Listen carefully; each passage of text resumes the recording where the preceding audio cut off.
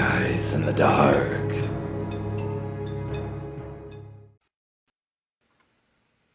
I worked overnight security in one of the largest, best, and oldest hospitals in the United States. My fellow security officers and I all have stories about one building in particular, but the one that I'll tell is the one that has happened to me.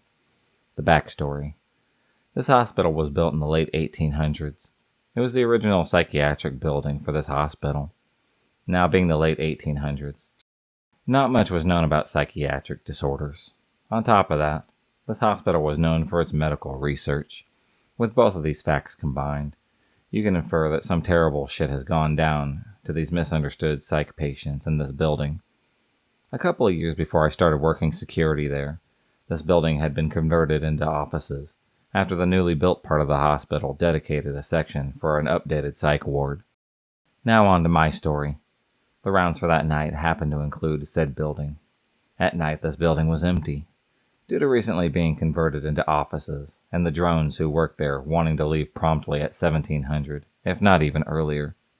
In some of their haste, they left their office doors unlocked, which is a big no-no due to medical information being located in their offices. It was our duty to go to each floor, make sure each door was locked, and if it wasn't, to secure it ourselves. I did an initial sweep of the building to make sure that it was clear. Nobody in the building. Proceeded to do my door checks. The hallways were pretty narrow, so I could check both sides of the hallway doors at once. At the end of this hallway, there were 2 sets of doors you had to go through to reach the final office, which was a dead end. Everything was secure. It was awesome. Time for the next floor. I exited the 2 sets of doors from the dead end office and stood absolute frozen from what I had seen. Every door was open, set perfectly so their own weight couldn't cause them to shut again, and one wheelchair at the end of the said hallway facing towards the steps. I had heard other security officers outright reject that set of rounds due to strange stuff happening there, but I had laughed it off until that very night had happened. I never took those rounds again. My second story. The oldest children's ICU is currently under construction to be turned into medical labs, so we have to patrol the area. Once again, to make sure that the area happens to be secure, or to report if the contractor or the foreman stayed to plan for the very next day. When patrolling this area, several security officers have reported seeing a single white male child, around the age of 5 to 7 with short brown hair. Think 90s bowl cut. I personally dismissed this myself. This was before the psych ward incident. As a telltale, because, well, it could intend to scare people. Especially me, because I was new at the time. I got that building's patrol one night. The foreman, who stayed late, called security and asked for a security officer to come up, because a kid locked himself in a room, and I don't want him to get hurt with all the open wires in there, or something to that effect. I unlocked the door for him, looked in what only could be a 10 by 8 room for about 10 minutes. There was no kid. Called it in as a false alarm, and then I finished my patrol. Third story.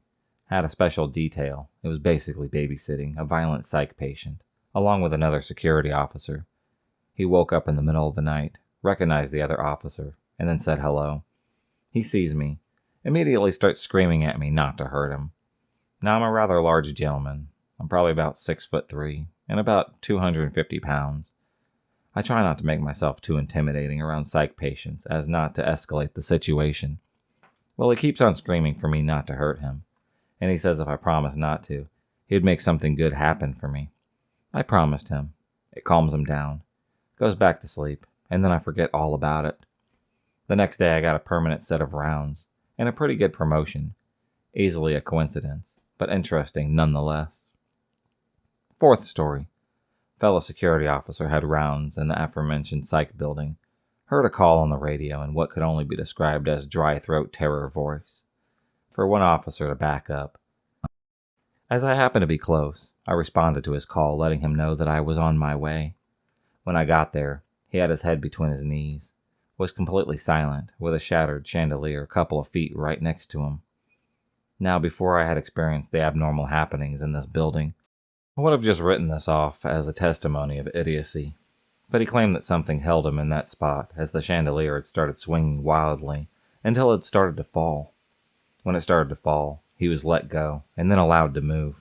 scrambled out of the way right before it had hit him. Got him up, I calmed him down, and I took him back to the supervisor. She yelled to one of our other supervisors, almost lost another one, and insert building name here. The other supervisor had laughed, and then said, "Why do you think we send the new guys?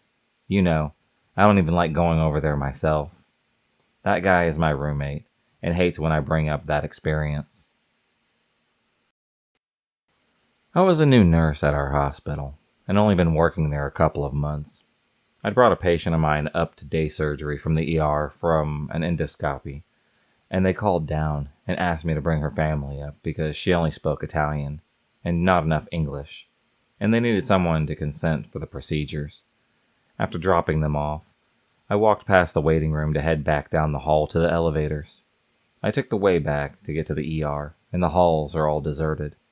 It used to be the pediatric wing of the hospital, but that is all shut down for years, and the rooms are just empty and full of broken equipment and beds and stuff like that.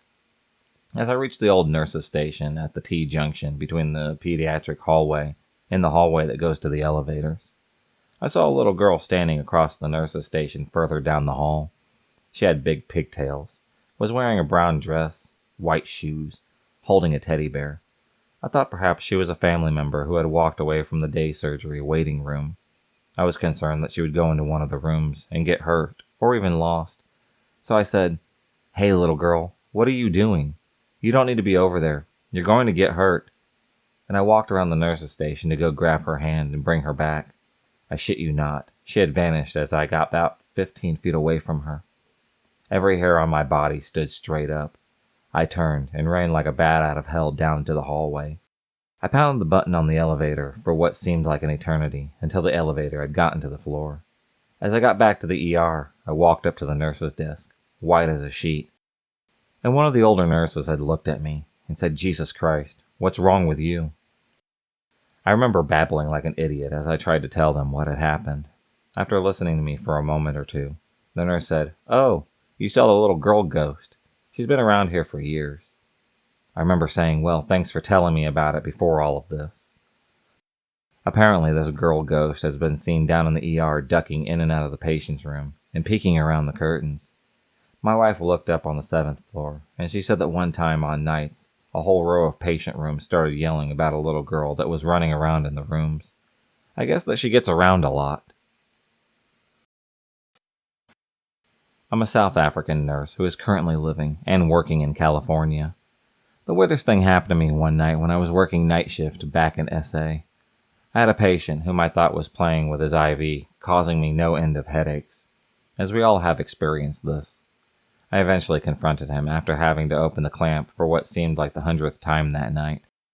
He got really irate with me, and then he said that he had done no such thing, but he blamed it on a young nurse in a white dress, whom she had fiddled repeatedly with it. I was confused because we wear specific uniforms in South Africa, and we're not white at this specific hospital. Needless to say, I was really irritated, and I think we both ended the conversation feeling exasperated. I didn't think about this story about the young nurse for several weeks, until one night when I was dealing with a totally different room and a totally different patient. The call light had rang, and when I went to answer it, the patient said that he had a problem with one of my staff. Curious, I asked which one.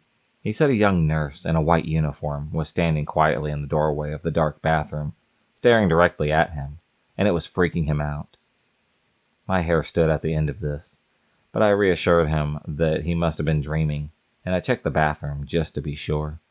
There was nothing there, but I'll never forget about that. Another instance. There was a patient who was terminally ill with liver cancer in a private room. I was working days, but the night shift people said that they hated going into that room because something would blow on the back of their necks and shadows would move where shadows shouldn't be. The man happened to be Christian, as was his wife, and his wife said that she saw this black presence descend upon them, and his breathing would become labored. She asked myself and a friend to pray for her, which we gladly did, being Christians ourselves. We anointed and blessed the room, and prayed with the family, and asked to seal the room. From that time on, the room was filled with peace and love. The man's breathing was so much easier. People had no more problems going in there.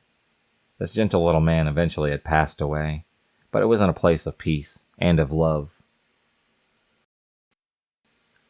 The very small step-down unit I worked in was having nighttime staffing issues. I agreed to rotate to nights to help them out. It was a 4-bed, newly renovated unit. It was around 3 a.m., and I was watching the monitors, listening to the patients snore. The pencil drawer had slid down. I didn't think anything of it since the hospital was on a very busy avenue, and I thought that it was caused by vibrations from the traffic on the busy road below us.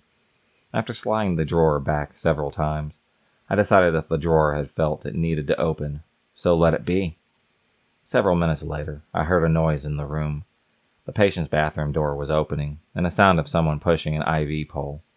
Since I did not have clear view of the bathroom, I just thought one of the staff members from the main floor had dashed in to wash their hands. I looked up from my monitor, viewing to see a patient that we recently had in the unit.